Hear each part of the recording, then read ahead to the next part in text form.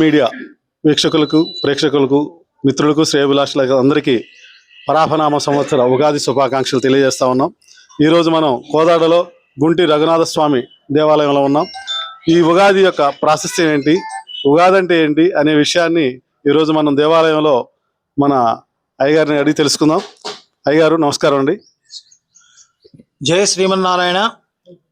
మన యొక్క భగవత్ భక్తులందరికీ కూడా శ్రీ పరాభవన సంవత్సర శుభాకాంక్ష తెలియజేస్తూ, నా పేరు నల్లాన్ చక్రవర్తి రాఘవాచార్యులు, కోదాడ, సూర్యాపేట జిల్లా, శ్రీ గుంటి రఘునాథ స్వామి యొక్క దేవాలయము అర్చకులం అండి.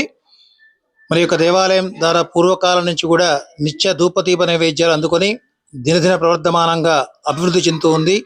అదేవిధంగా భక్తుల యొక్క సహాయ సహకారాలతో ప్రతి ఒక్క పండుగను ఉత్సవాన్ని కూడా దివ్యంగా వైభవంగా ఇక్కడ చేసుకుంటూ వస్తున్నాము.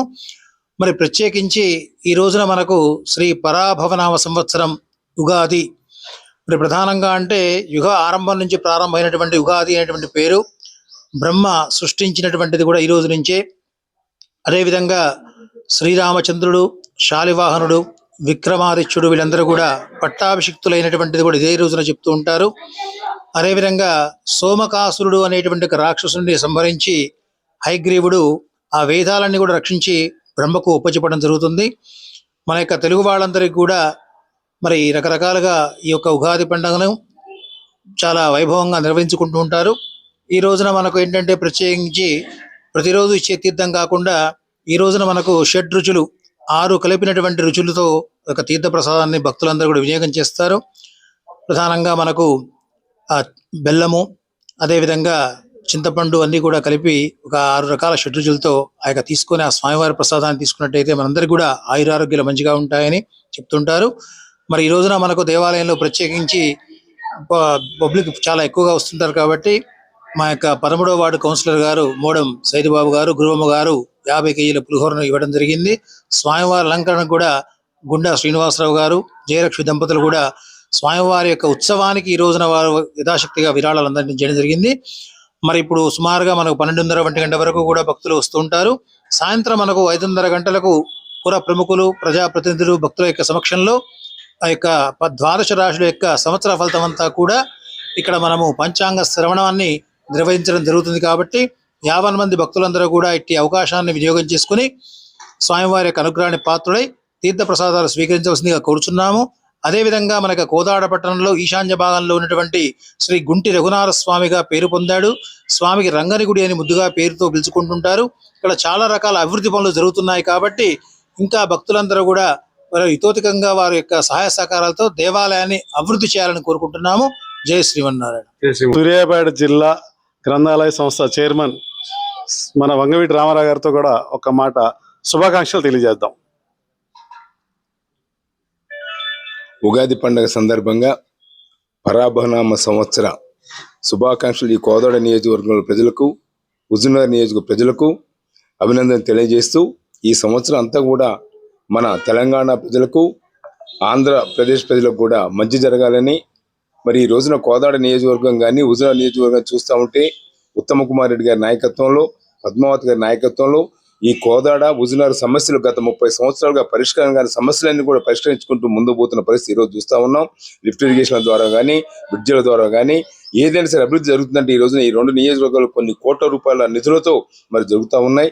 ఏనాడో బీడుపడ్డ భూములు మొత్తం కూడా ఈ రోజున సేమై రైతుల ముఖాల్లో ఆనందం తాండవిస్తున్న పరిస్థితి చూస్తూ ఉన్నాం. నిజంగా ఈ రోజున మరి ఈ కొత్త సంవత్సరం సందర్భంగా ఉత్తమ కుమార్ రెడ్డి గారికి, పద్మావతి గారికి నిండు నూరేళ్లు ఆ భగవంతుడు ఆయుష్ వాళ్ళని కోరుకుంటూ సెలవు తీసుకుంటున్నాను. 13వ వార్డు కౌన్సిలర్ గారు గురువమ్మ గారు, సైదుబాబు గారు భక్తులను ఉద్దేశించి ఉగాది శుభాకాంక్షలు తెలియజేస్తారు. గుంటి రఘునాథ స్వామి భక్తులకు శుభాకాంక్షలు. అలాగనే గుంటి రఘునాథ స్వామి, నేను 13వ వార్డు కౌన్సిలర్గా నాకు నా పరిధిలోనే ఉండటం నా అదృష్టంగా భావిస్తూ, పెద్దలు ఉత్తమ్ పద్మావతి గారు, మరి ఇక్కడ వార్డు ప్రజలు సత్యరెడ్డి గారు, మా బీసీసీఎల్ అధ్యక్షుడు మోహన్ రావు, సైదులు వీళ్ళందరూ సహకారంతో, ఇక్కడ పెద్దలు లక్ష్మణరెడ్డి గారి సహకారంతో, వంగవీటి రామారావు గారి సహకారంతో పద్మావతి గారు ఇక్కడ 13వ వార్డుకి నన్ను కౌన్సిలర్గా నియమించడం జరిగింది. వారి కృషితో ఇక్కడ భగవంతుడు ఆశీస్సుతో ఇక్కడ కౌన్సిలర్ కావడం జరిగింది. గుంటి రఘునాథ స్వామి అంటే మరి నా చిన్నతనం నుంచి కూడా ఇక్కడ పేరుగాంచిన దేవుడు. మరి చెరువు వర్షాలు వచ్చి చెరువు కట్ట తెగే పరిస్థితి ఉండి ఊర్లు మునిగిపోయే పరిస్థితి ఉంటే మరి పెద్దలు చెబుతుంటారు, రఘునాథ స్వామి తూర్పు మళ్ళిన రఘునాథ స్వామి పడవడం మళ్ళీ చెయ్యి అడ్డం పెట్టిండని చాలా మంది పెద్దలు అంటారు. ఆ చెయ్యి అడ్డం పెట్టడం వల్ల చెరువు కట్ట తెక్కోకుండా ఇక్కడ ఊర్లు మునిగిపోకుండా ఉన్నాయని మరి మా పెద్దలు చెప్పిన మాట. మరి అలాగనే ప్రతి ఉగాదికి ఇక్కడ పంచాంగం చెప్పటం, శ్రీనామం చేయటం, ఇక్కడ రాఘవయ్య పూజారి గారు చాలా చక్కగా అందరినీ భక్తులందరినీ కూడా ప్రేమతో అభిమానించటం, మరి అది ఒక పూజారి గారికి చాలా గొప్ప విషయం. ఎందుకంటే చాలా దుక్కులు వింటుంటాం, భగవంతుడు మనకి ఆశీర్వదించినా కానీ ఆ పూజారి అడ్డుపడుతున్నారని అంటారు. అట్లా కాకుండా ఇక్కడ అయ్యగారు రాఘవయ్య గారు భక్తులందరినీ కూడా ప్రేమతో అభిమానంతో ఆ భగవంతుణ్ణి మంచిగా స్మరిస్తూ ఇంకా అభిమానం పెరిగేటట్టుగా మరి రాఘవయ్య గారు వాళ్ళు చేస్తున్నారు. వారికి ప్రత్యేకంగా ధన్యవాదాలు తెలియజేస్తూ సెలవు తీసుకుంటాం. అందరికీ ముందుగా ఉగాది శుభాకాంక్షలు.